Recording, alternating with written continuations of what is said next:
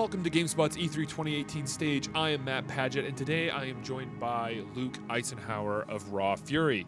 Now, Luke, I'm a big fan of tactics, so I'm very excited for what you have with you today. Awesome, thanks for having me. So what I'm showing today is a game called Bad North. It's being developed by Oscar Stalberg in Sweden and Richard Meredith in the UK. Two-man powerhouse team that are doing a micro-strategy game.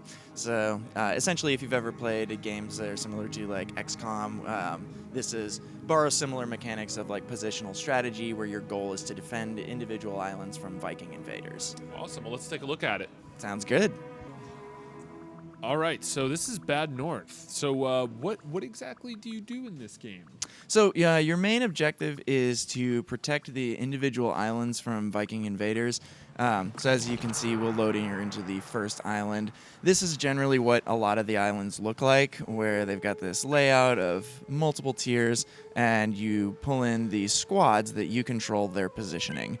And so most of your defenses are done on a positional basis, so you can select, and then you can right-click over here, and you can send them to that part of the island, send the guys to this part of the island.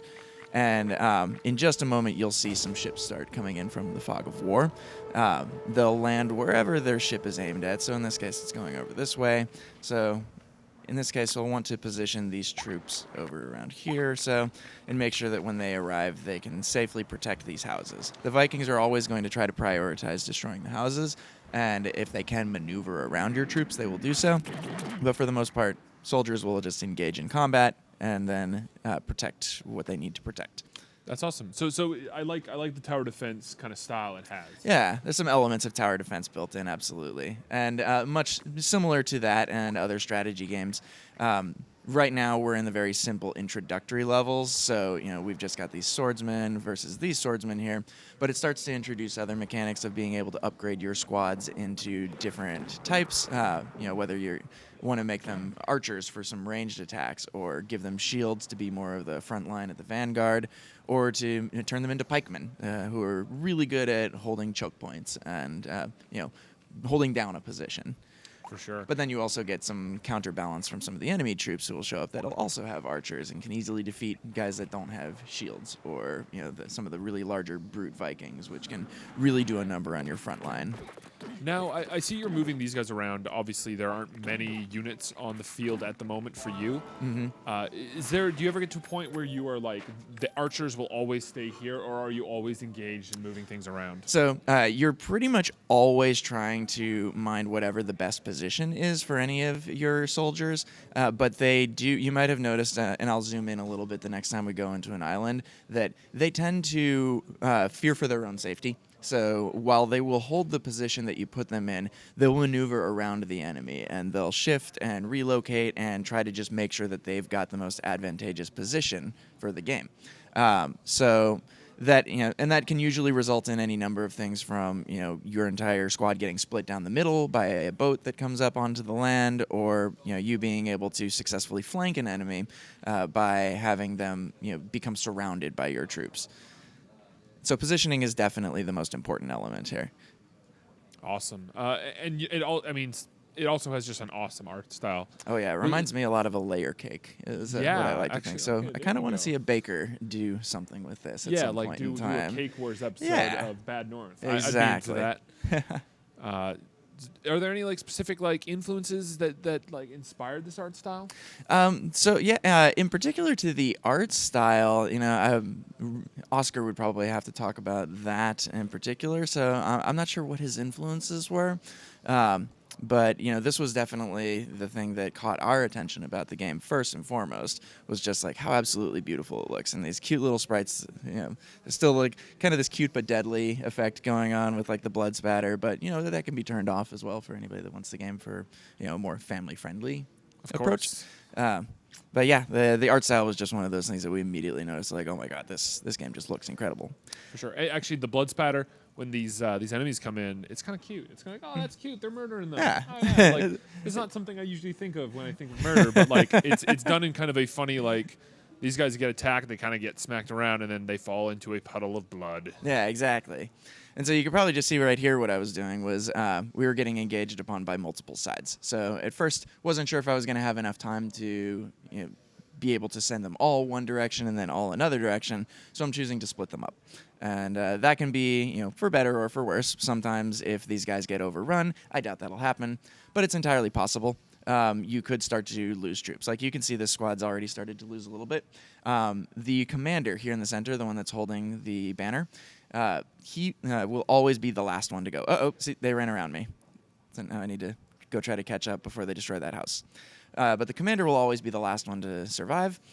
If the commander ever dies, you lose that squad permanently. You cannot take it into any further maps, and you lose as well any upgrades and any items that you attach to them, which is something we haven't seen yet in this demo so far, but that we can build up into is we can find other islands that have items that you can unlock and then attach to a particular squad.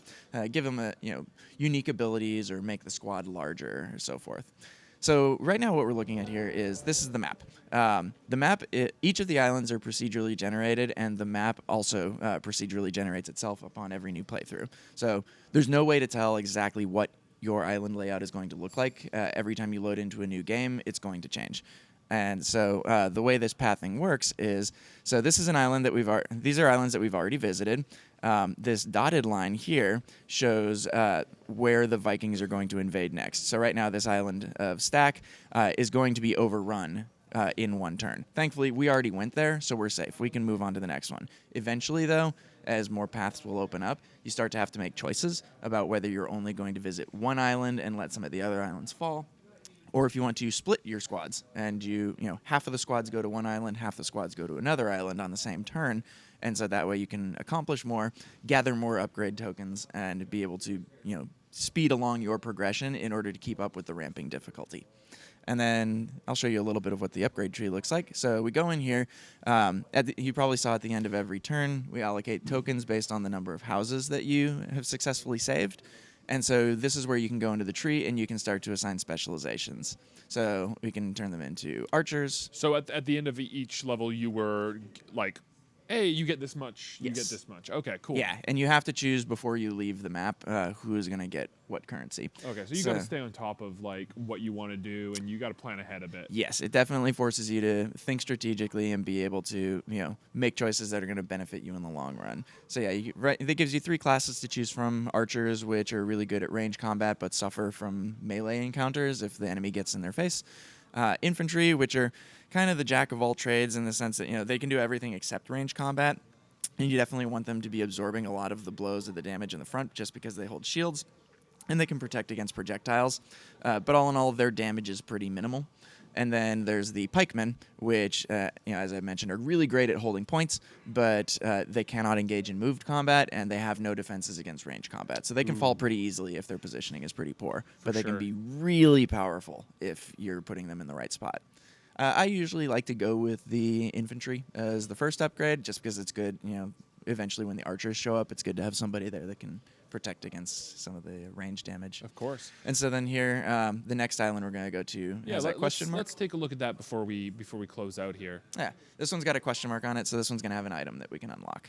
And then one of the other ones that was further up to the top had a banner on it, and that one is where we'll find a new local lord that if we successfully defend against the invaders on his island, he will join us as a permanent squad that we can carry on into other maps. All right, so let's close this out. Let's go with a big bang. Let's get those infantry troops into. Let's get them killing these guys, and then that'll be our finale. That'll be our big bloody finale. Sounds for today. good. So then let's make sure that these guys get to meet them head on. Oh, okay, so they're coming over here, so I'm going to get over on this side, and then we'll just try to sandwich them. Excellent.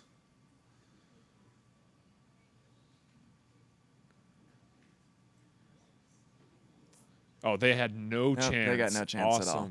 Well, hey, thanks again, Luke. That was awesome. I'm super excited to play it. When can we expect to see it, and what platforms? Sure. So we're looking at launch timing somewhere around August right now, early to mid-August, and it'll be coming to Switch and PC first, followed up immediately with Xbox One and PlayStation 4, and then we are going to be hopefully thinking about mobile in the very near future after that. Excellent. Well, it definitely seems like something I'd love to play on the go. Thanks again for joining us, and for everyone out there, stay tuned to GameSpot for more E3 2018 coverage. Thanks, everybody.